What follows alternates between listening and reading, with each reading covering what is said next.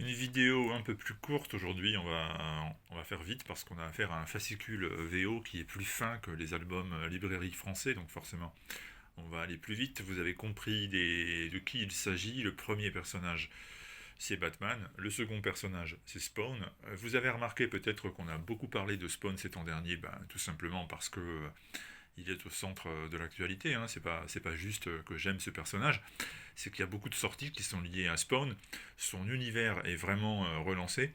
Et là, nous avons un crossover, donc une rencontre entre Batman et Spawn qui est orchestrée chez Image Comics. Donc on peut supposer que bientôt une autre partie verra le jour chez DC. Et il s'agit, alors la couverture que je vous présente, c'est une variante de Gabriel Dell'Otto, l'artiste italien. Et puis, il s'agit d'un crossover écrit par Todd McFarlane lui-même, dessiné par Greg Capullo, excusez du peu, qui est on va dire, un habitué des deux personnages. Il les connaît très bien.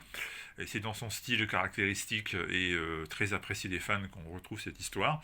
Alors, comment relier ensemble le monde de Spawn et de Batman, c'est pas si facile, mais là, McFarlane y parvient relativement bien. Les éléments de la continuité des deux univers sont récupérés, donc on essaie de nous expliquer qu'en réalité, depuis le jour de l'assassinat des parents Wayne, eh bien, il y a des moyens de reconnecter, de recoller ensemble les deux univers, d'autant plus que du côté de chez Batman, on trouve la cour des hiboux, qui depuis très longtemps trame en secret, et que dorénavant, chez Spawn, nous avons la cour des prêtres, et nous avons finalement un mode de fonctionnement qui est un peu similaire.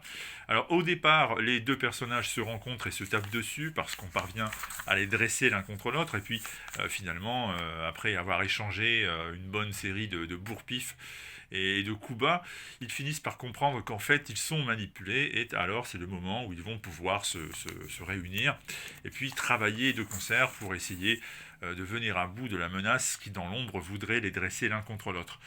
Qu'est-ce qu'on pense de ce Batman Spawn ou Spawn Batman selon les avis? Tout simplement que ça confirme qu'il y a une tendance au retour dans les années 1990 qui est assez sensible.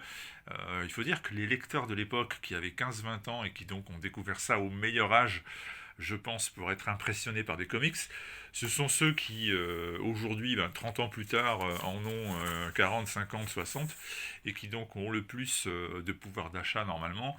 L'effet nostalgie joue également, du coup il y a un gros marché à exploiter, et on a une espèce d'explosion un peu de personnages et de séries qui sont en rapport avec ces années-là. Alors moi je trouve ça plutôt agréable, premièrement parce que Capullo reste Capullo et il fait un très bon travail comme vous pouvez le constater. Si vous aimez Capullo, vous allez vous éclater. Secondement parce que McFarlane fait quelque chose d'assez intelligent, c'est-à-dire qu'il réussit à réunir les deux univers a priori distincts par quelque chose qui n'est pas si stupide que ça et qui tient plus ou moins la route tout de même quand on lit. D'ailleurs, on devine que ça va pas juste être un coup dans l'eau, mais qu'il y a matière à aller plus loin, et on attend désormais qu'il aille plus loin. Bref, ce Batman Spawn est tout sauf dispensable et inutile. J'ai été assez surpris. Ça va au-delà tout de même du simple Batman rencontre Spawn, Spawn croise Batman, il s'apprécie mais en fait se méfie, et du coup baston général. Alors il y a un peu de ça, mais pas que, ça va au-delà, je répète, et c'est un produit finalement qui est... Alors dire que c'est très intelligent, c'est quand même exagéré, mais c'est un produit qui m'a surpris positivement. J'en attendais beaucoup moins, et je dois dire que ce Batman Spawn m'a séduit, et qu'en tous les cas je ne regrette pas de me l'être procuré. Donc ce sera en VF très vraisemblablement bientôt, hein. J'ai du mal à croire que les éditeurs fassent l'impasse sur Batman Spawn. Chez qui? Bonne question. Delcourt ou Urban? Qui va le présenter? Qui, quoi, comment? Alors j'en sais absolument rien à l'heure où je vous parle, parce que c'est pas moi qui décide évidemment. Mais quand vous le verrez passer en VF, si vous ne lisez pas et ne comprenez pas la VO, vous pouvez y aller. Si vous aimez vraiment ces deux univers, vous devriez être intéressé par un croisement qui, ma foi, est plus convaincant que ce que l'on pourrait croire au départ. Alors je ne sais pas quelle couverture on aura en France, je ne sais pas, mais en tout cas celle de Dell'Otto, moi c'est celle que j'ai choisie parce que c'est un artiste brillant et c'est le genre de peintre que j'adore. Sur ce, on se donne rendez-vous dimanche pour une autre petite vidéo. D'ici là, ça vous laisse 48 heures pour aller vous abonner à la petite chaîne qui n'en est pas une. Et même activer la petite cloche pour avoir les notifications en premier Après tout, soyons dingues, allons jusqu'au bout du concept. À bientôt.